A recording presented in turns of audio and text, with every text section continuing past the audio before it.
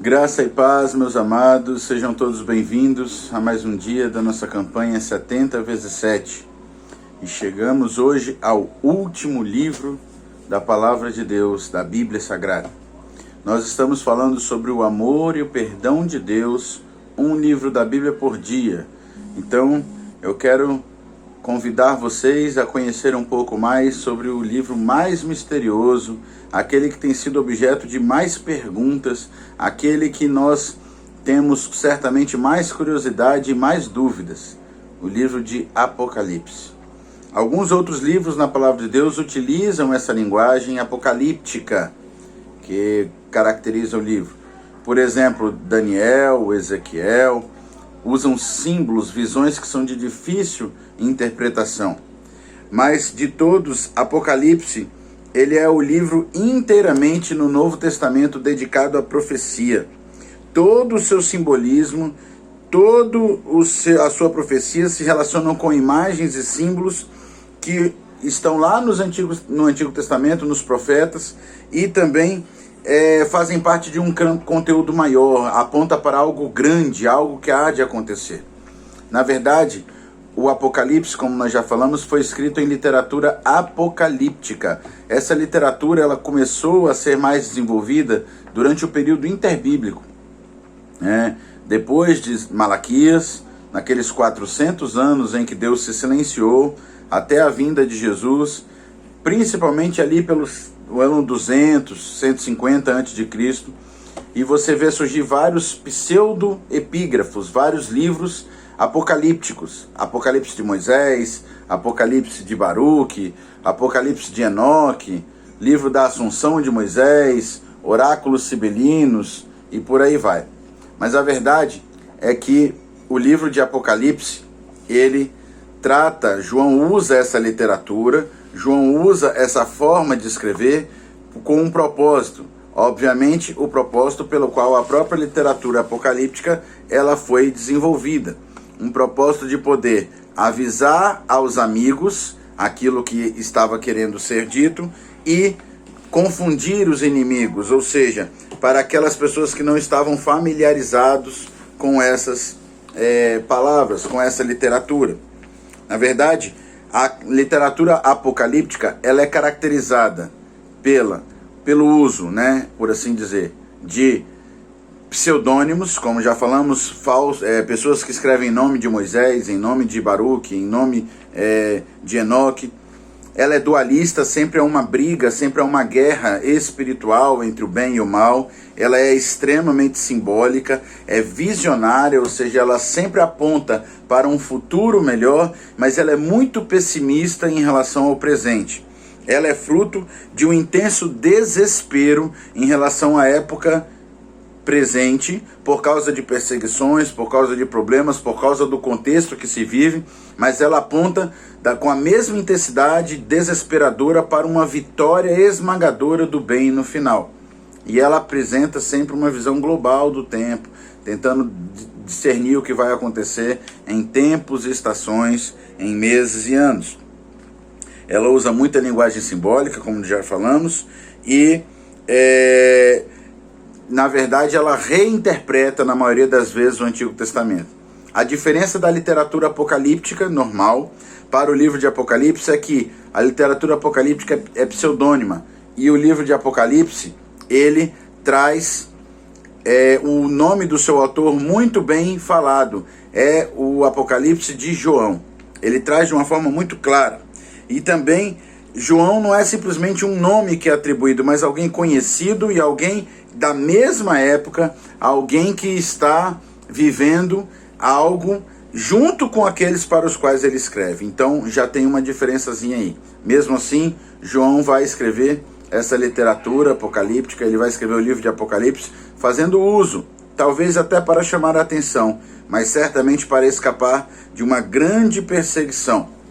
Provavelmente, o livro foi escrito na data de Domiciano, o último dos grandes Césares do primeiro século, lá pelo ano 95, 96 depois de Cristo. Uma grande perseguição se iniciava. Ainda que Nero tenha perseguido efetivamente os cristãos até mais do que Domiciano, jogando eles para os leões nas arenas. Mas Domiciano inaugura ou vem fazer um aumento daquele que é chamado de culto ao imperador, onde o imperador devia ser declarado como Deus. E aí os cristãos, por se negarem a declarar a divindade do imperador, se negarem a dizer que o imperador é Deus, então começam a ser perseguidos. E João já está vendo que vai descambar para uma grande perseguição, para uma grande tribulação. O propósito do livro foi fortalecer a fé no Senhor e preparar o povo para suportar a perseguição e o martírio com coragem e heroísmo. E ao mesmo tempo consolar, dizendo, olha, tá ruim, vai piorar muito, mas no final Jesus virá com poder e grande glória e ele vai julgar as nações, ou seja, no final o bem prevalecerá. É um livro de um grego, gramaticalmente falando, muito rude, né? É um livro que o número 7, ele é preponderante no livro, então dá a entender, inclusive, que o autor do livro necessariamente é hebreu, é judeu, por causa da grande força que ele dá ao número 7, que é o número de Deus, o que simboliza a presença de Deus, e obviamente João, o apóstolo, era judeu. Por exemplo, fala em 7 igrejas, 7 Espíritos de Deus, 7 selos, 7 trombetas, 7 trovões, 7 personagens principais, 7 taças, 7 bem-aventuranças e por aí vai. Então, o número 7 é preponderante nesse livro e ele usa e abusa de citações do Antigo Testamento. O autor conhece bem profundamente o Antigo Testamento. Também, obviamente, apontamos para o apóstolo João, apesar de alguns chegarem a duvidar durante algum tempo, mas muito cedo ainda, ele foi reconhecido como sendo o João que está lá no livro de Apocalipse. Na verdade, há uma discussão dizendo, mas ele não se chama de apóstolo. Mas eu entendo que, essa é a minha opinião particular, mas embasada em vários estudos de muitos autores sobre o Apocalipse. Diante da magnitude, diante da grandiosidade da visão que João recebe, ele não se engrandece, não coloca nenhum título para ele. Todos os títulos em Apocalipse são voltados para Jesus. E essa é a forma de interpretar o Apocalipse. Existem várias linhas de interpretação. A linha preterista, que diz que tudo se refere a aspectos que já aconteceram no passado, ou naquela mesma época. A linha futurista diz, não, tirando as primeiras igrejas que são citadas, os 3 primeiros capítulos, o resto é tudo para o futuro. A linha idealista diz, não, isso é apenas para te dar uma forma de pensar, uma lição moral. Mas, na verdade, e a linha histórica diz, não, ela aponta para acontecimentos que seriam na história. Na verdade, a forma correta de interpretar o Apocalipse é o título do livro, é a pessoa de Jesus Cristo. Apocalipse significa revelação de Jesus Cristo. Então, precisamos entender que o Apocalipse aponta para Cristo. O estilo é da literatura apocalíptica, mas ele se diferencia muito da literatura apocalíptica porque ele apresenta, sim, um autor bem determinado e conhecido dos discípulos, dos apóstolos, conhecido dos que já haviam falecido, conhecido dos membros das igrejas e das igrejas pela qual ele escreve, que João foi o último dos apóstolos a morrer, né? Então, conhecido de toda aquela gama de personagens da época. Não somente isso, o propósito de João não é ficar contando o futuro, não é predizer a história, mas mostrar tendências que haveriam. E essas tendências grande tribulação, uma grande perseguição, mas a vitória final de Deus, ou de Jesus Cristo, o regresso pessoal de Jesus Cristo. A tripla declaração do livro, ele diz 3 vezes, olha, eis que eu venho em breve, reitera uma promessa de Jesus às suas igrejas e torna o livro um aviso para o mundo e um encorajamento para o povo de Deus. Na verdade, o livro tem certas unidades, ele apresenta a pessoa de Cristo com algumas características bem marcadas. E eu gostaria de ler para você poder entender. Primeiro, ele apresenta Jesus Cristo como um rei, como alguém dominante, que ele possui todo o poder. Uma figura glorificada, de rosto resplandecente, vestido de branco, que examina, que reprova e que aconselha as igrejas. Então, ele declara o seu direito de julgar e de punir, inclusive. Ele tem toda a autoridade, ele é o Cordeiro de Deus, que adquiriu esse direito por meio da sua obra redentora. Depois, já no processo de julgamento, ele é o conquistador, aquele que vem montado num cavalo branco, como um general romano em triunfo, e vem gravado na sua coxa, vem gravado sobre ele, Rei dos Reis e Senhor dos Senhores. E por fim, na consumação de todas as coisas, ele é o noivo que vem buscar a sua noiva, a igreja. Ele é novamente intitulado o Cordeiro, por causa da redenção que ele operou. As cartas dirigidas nos 3 primeiros capítulos são para igrejas existentes na Ásia, igrejas físicas, igrejas visíveis, igrejas reais, não igrejas no futuro, mas para igrejas pelas quais ele inclusive destinou as mensagens. Mas isso é inclusive uma forma de demonstrar que o autor, o João, é contemporâneo dessas igrejas, ele sabia o que elas estavam passando.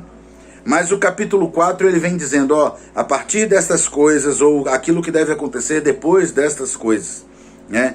Então ele aponta para o passado, para aquilo que já aconteceu em algumas igrejas de perseguição. Por exemplo, ele cita mártires que foram feitos, pessoas da igreja que morreram, ou igrejas que haveriam de sofrer uma perseguição num futuro muito próximo. Ele aponta para o passado, ele aponta para o presente de uma forma parcial, e ele aponta de uma forma parcial para o futuro. Ele possui essas 3 óticas, e nós precisamos tomar cuidado na hora de tentar interpretar o Apocalipse, porque é muito difícil você entender, tirando obviamente os 3 primeiros capítulos, que nós temos a certeza que são para igrejas reais que existiram, uma delas inclusive o próprio João pastoreou, que era Éfeso, mas essas mesmas igrejas, elas também apontam para épocas ou para a igreja de todos os tempos, pois elas apontam algumas características daquelas igrejas. Por exemplo, a igreja do começo, as igrejas que estavam lá na perseguição, na luta, ainda sem muitas informações. A igreja de Éfeso, uma igreja que havia sido muito proeminente, aliás, a maioria delas, quase todas, tirando Filadélfia, elas eram igrejas que tinham tido um ápice, um momento muito grande, e agora havia um declínio. A igreja de Laodiceia aponta para a igreja dos últimos tempos, é a última das igrejas narradas, que é a igreja morna, a igreja que se misturou com o mundo, uma igreja já que não impactava, uma igreja que não fazia diferença. Então, precisamos entender que, ainda que seja histórico, ele também pode ser aplicado com uma boa interpretação para épocas. E precisamos falar sobre isso. Sempre vão haver todas essas igrejas. Não é que todas as igrejas do fim seriam mornas. Todas as igrejas da época que Éfeso se refere largariam o primeiro amor, não. Hoje existem igrejas fiéis, como em Filadélfia, igrejas que estão sofrendo uma grande perseguição, igrejas que estão deixando o primeiro amor, igrejas que estão mornas. Elas se remetem aos vários tipos, são tipos ideais, né? Como Weber vai dizer, são tipos ideais, ok? O livro de Apocalipse, ele também apresenta as 2 partes finais, um grande paralelismo entre a prostituta Babilônia, que obviamente ele está narrando inicialmente a figura de Roma, mas nós não sabemos ainda até que ponto isso também se refere ao futuro, que seria uma nova Babilônia, ou seja, os povos do mundo reunidos sob a direção do anticristo, e também a noiva. Então há um contraste entre a prostituta Babilônia e a noiva. Então, a primeira, por exemplo, ele diz, olha, ele apresenta um deserto para a prostituta e a noiva para uma montanha. A prostituta está coberta de nomes blasfemos, a noiva, os nomes das 12 tribos e dos 12 apóstolos, escritos na cidade santa. A prostituta apresenta a Babilônia, cidade de corrupção e julgamento. A noiva descreve a Nova Jerusalém, que desce pura, casta do céu. A prostituta aparece destinada a um castigo tremendo, e a nova à luz eterna. A prostituta amaldiçoada, a noiva, né, no caso, a noiva abençoada. O livro de Apocalipse ele também apresenta uma perspectiva divina da história. Se nós entendermos as interpretações de acordo com o nosso olhar, vamos ficar doidos tentando dizer se isso já aconteceu, se está perto de acontecer, se vai mais para frente, se vai mais para trás. Por isso, tantas linhas diferentes que interpretam o Apocalipse usando o próprio Apocalipse. Mas quando nós entendermos que é uma perspectiva divina, é a forma como Deus encara a história, então você vê que por isso o passado, presente e futuro aparecem fora de cronologia, porque Deus está vendo tudo ao mesmo tempo, Ele está fora do tempo, foi Ele que criou o tempo. Ao mesmo tempo, é o ponto de vista geral da própria santidade divina, de como Ele enxerga. Então, por exemplo, na descrição dos novos céus e da nova terra, ainda assim o trono ocupa um lugar central e o templo ocupa um lugar também importante. Ora, ele cita o trono e o manancial do rio da vida. E essa ênfase sobre o trono torna muito claro o conceito da soberania de Deus em Apocalipse e o seu domínio eterno, ainda que em assuntos humanos, que tem sido muito combatido, por exemplo, combatido a literalidade de Apocalipse 20. Na cabeça de alguns não faz sentido Jesus reinar fisicamente na terra e ainda assim haverem inimigos, pessoas que não se renderam. Mas é uma perspectiva da visão de Deus sobre a sua soberania e o domínio mesmo em assuntos humanos. O otimismo da visão de Cristo e da visão do final, de bênção, de vitória, do julgamento final, da descida final de Cristo, é contrastado com o realismo da grande tribulação, da perseguição, da dor, de todo o mal, do anticristo, do falso profeta, de tudo aquilo que aconteceria, dos selos, das trombetas, daquilo que é derramado sobre a terra. Para o homem moderno, parece que o Apocalipse ele é menos apocalíptico, porque para nós, alguns termos que para eles era completamente sem sentido, acabam fazendo mais sentido. Apocalipse 13:15 fala de imagens que falam. Hoje nós já entendemos o que significa isso. Podem ser hologramas, pode ser grandes imagens projetadas no céu, pode ser uma tela de celular, como eu estou fazendo aqui. Quando diz que todo olho verá, como pode ser isso ao mesmo tempo?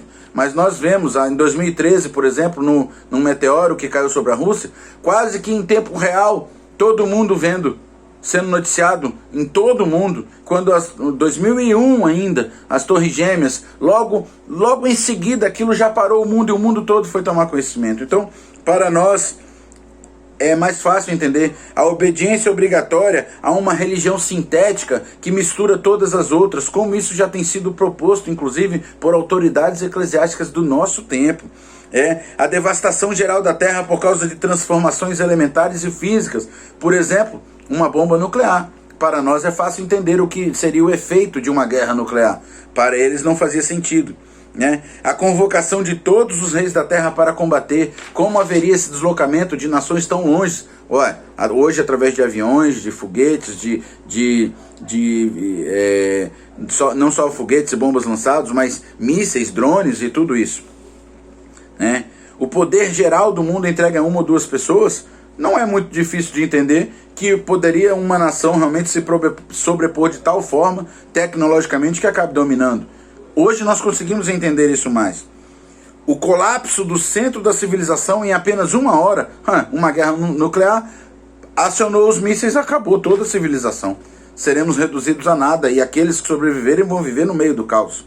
Então, Apocalipse, por mais que seja escrito no final do século I, ele é o livro mais moderno que existe de toda a Bíblia, porque nós conseguimos claramente, com a nossa mente moderna, entender até melhor do que aqueles que eram originalmente os seus destinatários. Com a promessa final, eis que eu venho em breve, ele termina o Novo Testamento. Lembre-se de Hebreus, quando ele faz sintetiza, ele diz, olha, no passado Deus falou através das leis e dos profetas. A nós ele falou ultimamente por meio do seu próprio Filho. Agora Apocalipse vai dizer que ele apareceu de uma vez por todas no fim dos tempos, para aniquilar o pecado mediante o sacrifício de si mesmo. Ele deverá vir ainda em uma revelação muito mais ampla. Todo olho verá de uma vez por todas, e ele vai aniquilar o pecado, e ele vai dar a vitória final. É para essa revelação e para essa vitória que o livro de Apocalipse aponta. Meus queridos, nós estamos falando sobre o amor e o perdão de Deus. E eu agradeço muito a Deus por essa oportunidade e pela sua parceria, orando, assistindo, compartilhando. E eu espero que realmente você esteja preparado, porque os sinais de que tratam todos os textos apocalípticos, ou seja, falando das coisas do fim, e o próprio livro de Apocalipse apontam para eis que eu venho sem demora. Aos nossos olhos pode até parecer que já tem 2000 anos essa mensagem quase, então está demorando. mas a hora que vier, precisamos estar preparados. Por isso, eu gostaria de deixar para você um texto para finalizar, e peço paciência de você ainda mais 1 ou 2 minutos, do próprio Apocalipse, do primeiro capítulo, e diz: apóstolo João, né, ele não fala apóstolo, João, as 7 igrejas que estão na Ásia, ou seja, a totalidade de todas as igrejas que nós podemos hoje usar, substitua nesse momento 7 igrejas para você, e receba essa mensagem como sendo enviada para você. Graça e paz seja convosco, da parte daquele que era, daquele que é, que era e que há de vir, e dos 7 Espíritos que estão diante do seu trono, e da parte de Jesus Cristo, que é a fiel testemunha, o primogênito dos mortos e o príncipe dos reis da terra, aquele que nos ama e em seu sangue nos lavou dos nossos pecados. Então, amor e perdão têm que andar juntos, porque a obra de Jesus é exatamente esse, é o resumo da obra de Jesus, o amor e o perdão. Aquele que nos ama e em seu sangue, por amor, derramou a sua própria vida e entregou, e nos lavou dos nossos pecados, e nos fez reis e sacerdotes para Deus e seu Pai.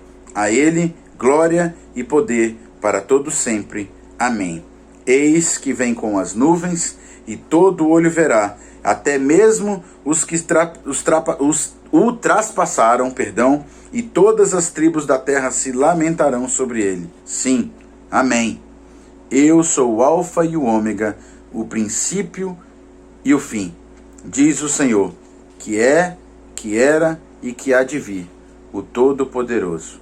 Jesus voltará em glória, e para aqueles que estiverem prontos, a mensagem que nós falamos é a mensagem final de Apocalipse. Maranata, está lá no capítulo 22, verso 20. Aquele que testifica essas coisas diz: certamente cedo eu venho. Então, ele diz Maranata, que significa: ora vem, Senhor Jesus.